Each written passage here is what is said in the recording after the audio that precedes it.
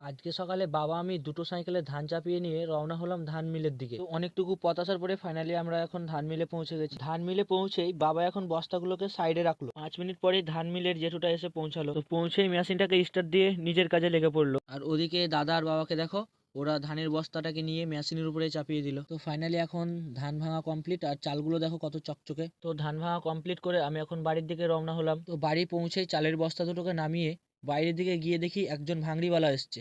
বাড়িতে পৌঁছেই প্লাস্টিকগুলোকে কুড়িয়ে নিয়ে ভাঙড়িওয়ালাকে গিয়ে দিলাম। তো ওকে দেওয়ার পরে ও ঠিকঠাক ভাবে ভেঙে নিয়ে ওজন করবার জন্য ডালাতে চাপালো। ওজন করার পর পয়সা জমানোর জন্য আমি একটা ভার নিলাম, আর ওগুলো বিক্রি করে আমার টাকা হয়েছিল 50 টাকা। বাড়িতে এসে একটু ওয়েট করার পর হঠাৎ একটা কলটাকে রিসিভ করার পর দেখি ফ্লিপকার্ট থেকে কল এসছে। তো ঘর থেকে বেরিয়ে আসতেই দেখি ও এখানে এসে দাঁড়িয়ে আছে। তো স্ক্যান কমপ্লিট করে টাকাটা ওর হাতে দিয়ে আমি আমার পার্সেলটা আমার হাতে নিলাম। তো চলো এবার আনবক্সিং করার পালা। আর এই একটা পার্সেলের মধ্যে ছিল টুপি,